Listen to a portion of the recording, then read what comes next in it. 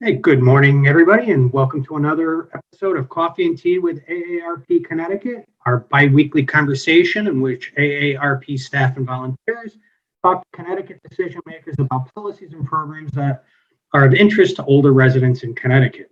My name is John Erlingheuser, and I am the Associate State Director for Advocacy and Community Outreach here at AARP in Connecticut. And I'm very pleased to be joined today by one of our great AARP volunteers from North Branford, Mike Sopchak. Mike, thanks for being with us today. And you want to tell the folks a little bit about what you do for AARP and maybe a little bit about yourself so they can know who you are and what you do with us. Sure, John. Thanks.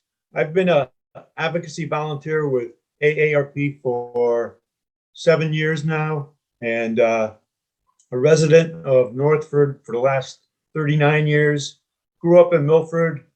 I'm a veteran of the Navy, graduated from college after I got discharged honorably, married with a great wife, Patty, and 2 kids that aren't kids anymore. They're in their 30s. That's about it. That's great. Well, you're one of our great AARP volunteers, and you're one of the folks that helps make things happen for our members, and we appreciate that. So now it's also my pleasure to welcome State Representative Vincent Candelora from the 86th Assembly District, and he's also the House Minority Leader. Representative Candelora, thank you so much for being with us. And can you tell us a little bit about your background outside of the legislature? What towns do you represent, and what exactly do you do when you're not being a legislator? Sure. Thank you. And I appreciate, good morning. I appreciate AARP putting this on. And Mike, you're a great advocate for them. You know, we definitely feel your presence in Hartford, and the conversations are always great to have to give different perspectives on all the different policies that we implement up here, especially the ones that impact our seniors. I've represented the House 86th District into my 8th term, so I'm going on 16 years. And the district encompasses all of North Branford, parts of Wallingford, North Guilford, and the western part of Durham. In my private life, I own the Connecticut Sportsplex, which is an indoor-outdoor amusement center in North Branford that I operate. My family also runs a wire manufacturing business in North Branford as well. And, essentially, I'm sort of on the tail end of raising our children who are, my wife and I, our kids are 16, 19, and 21. So they're entering college, and I've spent a lot of my spare time coaching them in various different sports. I'm active in my local North Branford Rotary Club, and I like to garden and play cards. So I also do that in my spare time while I'm, not up at the Capitol. Great. So you definitely bring a big, varied perspective with that kind of background to the Capitol, and it's one that really contributes a lot to the discussion and debate, and we appreciate that. So, Mike, why don't you take it from here a little bit? Sure. Representative Candelora, I know you've been representing myself in the 86th District, like you say, for almost 16 years now, but the district changed a little bit with the redistricting, didn't it? It did. So every 10 years, we go through what's called a redistricting process, where we do the census, we take the Connecticut population to determine what level of population representatives should have. So this year, we just went through another redistricting, and the ideal population, what we're supposed to have, is 23,880, roughly. I think that's the number. So 10 years ago, the district used to be East Haven, North Branford, and parts of Wallingford. When we went through the redistricting 10 years ago, our district had to pick up numbers.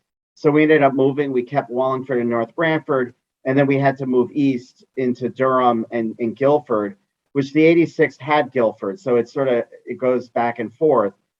We just completed another round of redistricting, so that map came out. And so in the next election cycle, the 86th District is going to continue to encompass Durham and North Guilford, as well as North Branford.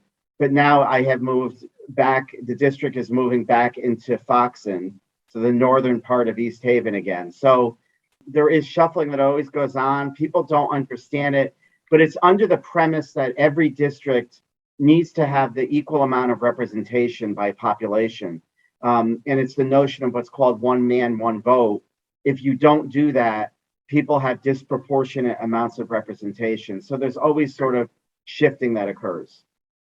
And I know you're responsibilities grew exponentially. I want to say with this existing term for you too, didn't they also? Yeah, it did. I was recently elected House Republican leader of our caucus. So Demis Claridis, who was my predecessor, she resigned. And when a leader resigns, obviously there has to be an election for a new one. So I was elected unanimously last cycle. And, you know, it's been very rewarding, a rewarding job. It certainly COVID has brought many challenges to that job.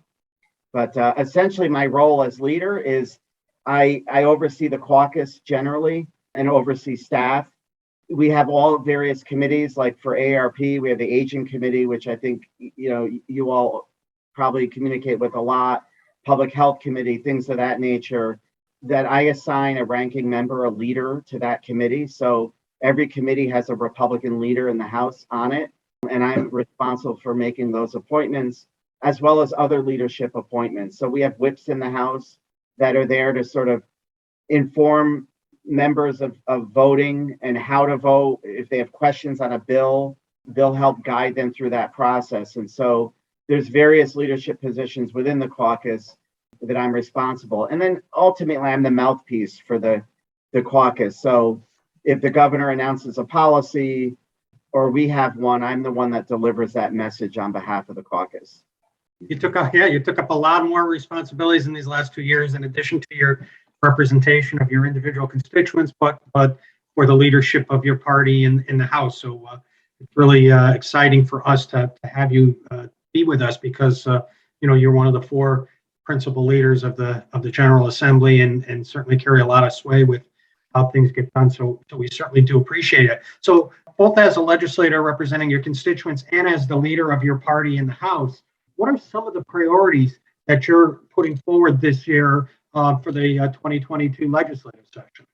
Yeah, sure. I think, you know, generally right now, COVID has really changed the nature of everything in Connecticut, you know, whether it be how to operate your business, how schools are operating, how healthcare is delivered to individuals, and then even just how government is functioning and how we're operating as an institution.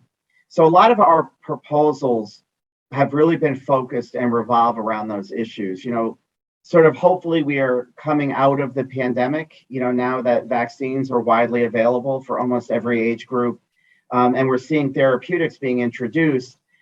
We need to start turning to what are the collateral impacts that we've seen with COVID and how we best address it. There was a lot of federal money that poured in to the state of Connecticut and to our municipalities, and trying to craft policy that best address those issues is very important to us.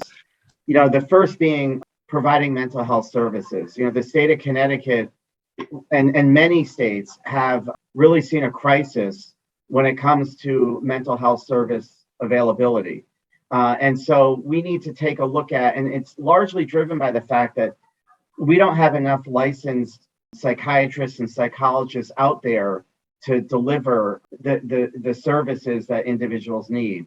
And we're seeing those issues manifest at every level. So whether it be a senior citizen impacted by isolation from COVID, all the way down to a child being isolated.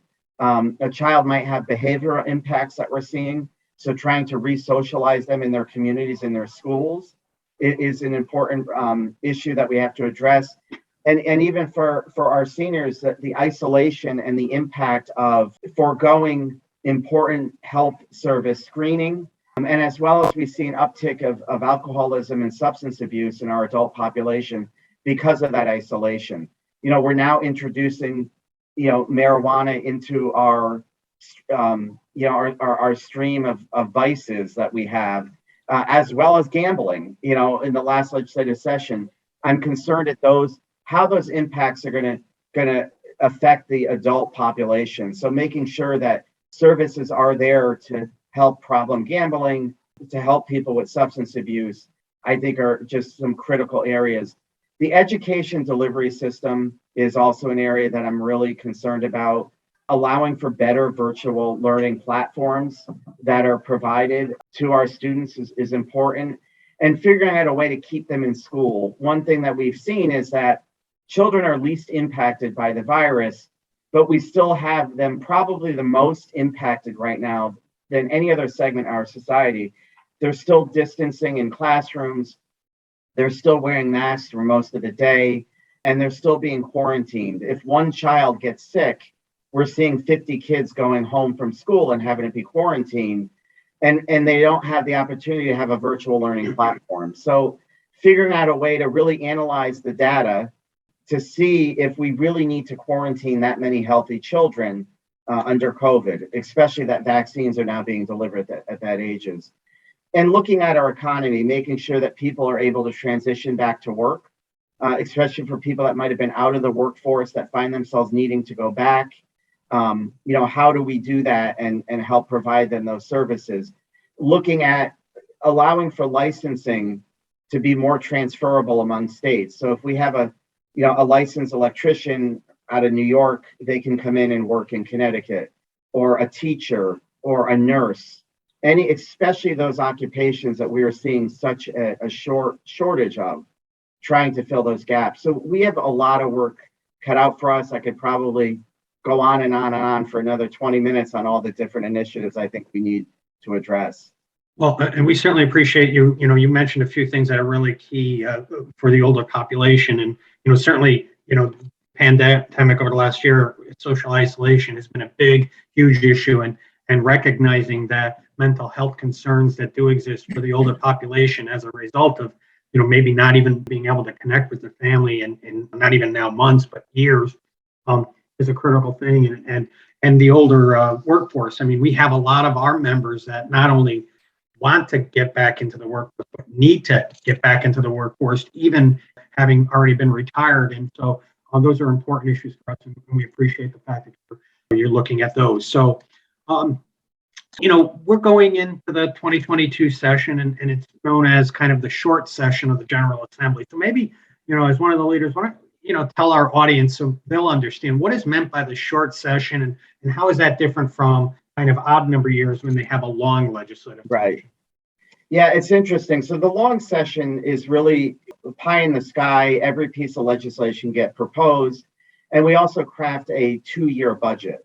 So that's done in the odd years. Going now into the even years, we have what's called the short session. And because we are a part-time legislature, which I like because we bring other perspectives in by having other jobs in the real world, I think historically our session has had this long session concept and a short session concept, recognizing that it's part-time. This year, the short session is actually the shortest it constitutionally can be, and it's 12 weeks. That's it. Sometimes we get about 13 weeks out of it. This year, the way the calendar fell, it is a 12-week session. What that means is, with the short session, is that we technically are only allowed to propose bills that impact the budget. So they need to be fiscally oriented bills, and that the committees are only allowed to raise the bill. So I, as an individual legislator, in the long session, I'm allowed to put a bill in and ask for that bill to get a public hearing. It has my name on it. I'm the sponsor of it or the introducer of it. This short session, the committees are the introducers of the bills. So if I want a concept raised, I need to ask the committee leadership to raise that for me via a letter. So the process is a little bit different. But substantively on the back end, we still have the public hearings and we still vote accordingly. So that process hasn't changed. It's just truncated. I think we have a lot of challenges in front of us. And a lot of times we tweak what is a fiscally impacted bill. So there's some latitude given. And I think you're going to see issues being raised that might not be quote unquote budget related, especially if they're COVID related, because there are things we need to look at, like telehealth services, how they're delivered, and what are better ways to get them here. That may or may not be budget related, but it'll probably be up for conversation this year. Yeah, and you certainly, in addition to writing letters, I know you have very good ranking members on all the committees who are very open and accessible to the AARP members and volunteers, and we appreciate that. And I know you can work with them, and so hopefully we'll be able to get some good stuff done this year. Part of it being only 12 weeks, but I guess for folks like me that are going to be up at the Capitol, hopefully, we'll see. 12 weeks will be enough for me. Yes. Hey, Mike, why don't you go ahead? So for, regardless of whether it's a short or a long session, what's a way for members of the general public to get more involved in terms of reaching out to their legislators and addressing these issues that you've brought up today? Yeah, it's a good question because I think, one thing with our state of Connecticut, it's a small state, but, I represent about 23,000 people. And if my constituents have a question, I'm going to listen to them. So if people think, oh, it's not worth it to reach out to my legislator, they don't listen, government isn't responsive. Don't take that attitude. I think if there is a bill or a proposal that you see on the news, or somehow you're personally impacted by something, reach out to your legislator and have a conversation with them. A lot of times legislators will have office hours and you could go and speak with them, or forums they put on. In the world of COVID, that has not occurred that much over the last couple of years. So I would just, recommend even a phone call or an email or a letter. I still get letters. I got one today from a constituent on an issue that he's having with an agency. And so we do respond to those. How about social media? How does that come into play in terms of communicating? Yeah, I think, I get private message on Facebook or I get texts, and I think that level of communication is good. I think a lot of legislators, frankly, have backed away a bit from social media and, the comment sections that we see. I certainly will post things on my Facebook pages to let people know my position on items, or if there's an article. I wouldn't assume necessarily that a legislator is going to read all the comments. And so if you want to have an impact on your legislator, to convince him or her to vote a certain way, or to address an issue that's important to you, the best way to do it is through a phone call, through a private message on Facebook, or an email or a letter. Those are definitely looked at. Thank you. What about Representative folks testifying on bills and stuff? Do you anticipate people will be able to do that virtually as well as in person, or how do you think that'll work out this year? I know you don't fully make that decision, but. Yeah, we're trying to start having committee meetings, various informational forums, like having one that's in person in the building. And I think we're testing that theory out. The State Department of Education had an in-person meeting where they had people testify in person. And I would like to try to get back to that world. I do think this session, we will probably still have a hybrid component where people can testify online, because not everyone's vaccinated. Not everyone is comfortable yet in going out in large crowds or in the public. And so I anticipate there's going to be some levels of accommodation for people who want to testify by Zoom. So I see it probably having it go both ways. And activists like Mike and myself and volunteers, we know we could always submit written testimony on any bill, but a lot of times the general public doesn't know that. So that's always going to be an option, right? People could always, in addition to contacting you directly, they could always submit a piece of testimony to a committee on a bill that they care about, right? They can, and just because they can't get up to the Capitol, they should not hesitate to write a letter and send it in, because what happens is once the bill is voted out of committee, presumably, there's a report that is generated, and it summarizes all the testimony that's been submitted. One of the things that every legislator does, including myself, is we will look at that testimony list, and if I see someone from North Branford or Durham or Guilford or Wallingford wrote a letter in, I'm going to take a look at what they had to say, and that will have an impact on the decision that I'm making, because obviously they're my constituents. I want to know their position. So if you can't make it up to the building, don't hesitate to write a letter. Right. So that's great. We appreciate that. So just a little bit, in 2022, the legislature made a lot of changes to laws governing nursing homes, and AARP is still looking at different things that we want to support in terms of workforce capacity for home and community-based services system, and things that are going to help people age in place, so we can avoid the more costly nursing home option, as well as looking at things that require nursing homes and spend more of their state and federal funding on direct care. And that's been done in other states. So what we're wondering is, what are your thoughts on addressing the long-term care deficits that we have in Connecticut? Because we're far and ahead in a lot of ways, but in a lot of ways, in terms of home and community-based care, we still have a ways to go.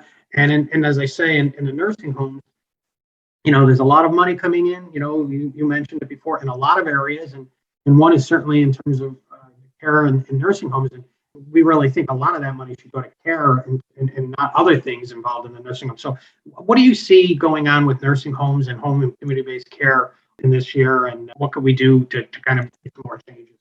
Yeah, I mean, I think globally there's a lot of money that has come in that still hasn't been distributed out to support the home care services. And I think allowing people to stay in their homes is critically important. So, expanding and continuing the programs that allow for home healthcare services is vitally important.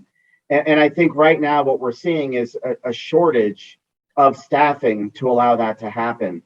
And having a family member that's going through this process right now of having someone coming out of a nursing home, long-term care facility, and trying to get him back into his home and have him be provided those services, it's difficult to find all of the wraparound services that are needed to keep him in his home. And so what's happened is he's now, living with his children in order to be able to have some sort of a level of autonomy. And, in the long run, it's saving money.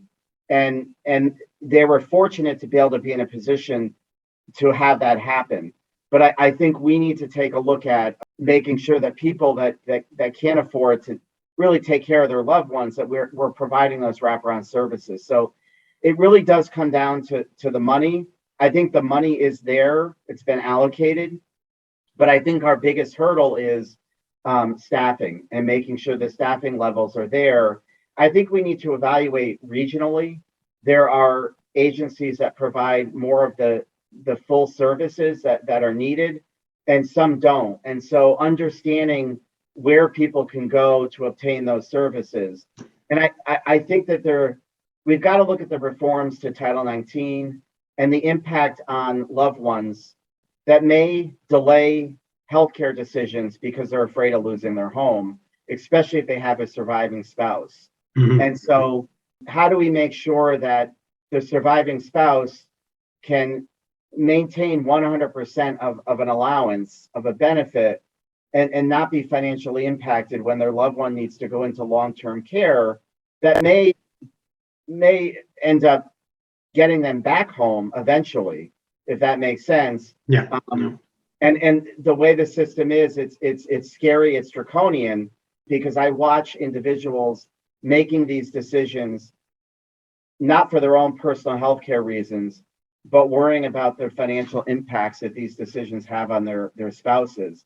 So I think there are some areas that we could look at in how the allowances are applied for Title 19 that might help take those burdens off of the decision makers and the couples that need these services, and in the long run save the state of Connecticut money, right, because they return back to their homes quicker. Well, we appreciate the thoughtfulness there, and we really do look forward to working with you and members of your caucus and the General Assembly on those issues. So we're coming up on being close to time. So, Representative, is there anything we didn't touch on that you'd like to say to our audience? I just think, hitting on prescription costs too, I think it's an area that we do need to look at.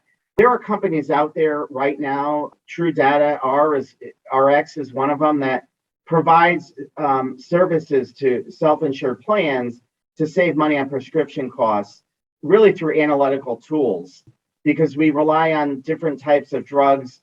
There are ways that overall that we could save money in the state of Connecticut, and that's something I think we should be looking at. But overall, we are all in uncharted waters. It's probably been the most difficult term I've ever had as a legislator. But the one thing that has always helped us is communication. And it's so important to hear from constituents on how they're doing and what we can do to make their lives better. And so I'm grateful that you're putting this out on a platform that people will hear about, and just encourage them to communicate back to me and other legislators for their needs. Well, I appreciate that. And Mike Sopchak, do you have any closing words you'd like to offer? I just want to say thank you for the opportunity to communicate, because as you said, Representative Candelora, communication is key. If we can't talk together, you're not going to understand one another. Thank you. Thank you. Well, I appreciate it, and I certainly appreciate our great volunteer, Mike Sopchak, as well as all the AARP volunteers and members. And I certainly appreciate Representative Candelora, the House Republican leader, for joining us this morning and having such a thoughtful and meaningful conversation with our folks. And we appreciate that. So that's all for this morning, folks. And we appreciate you joining us for another edition of Coffee and Tea with AARP Connecticut.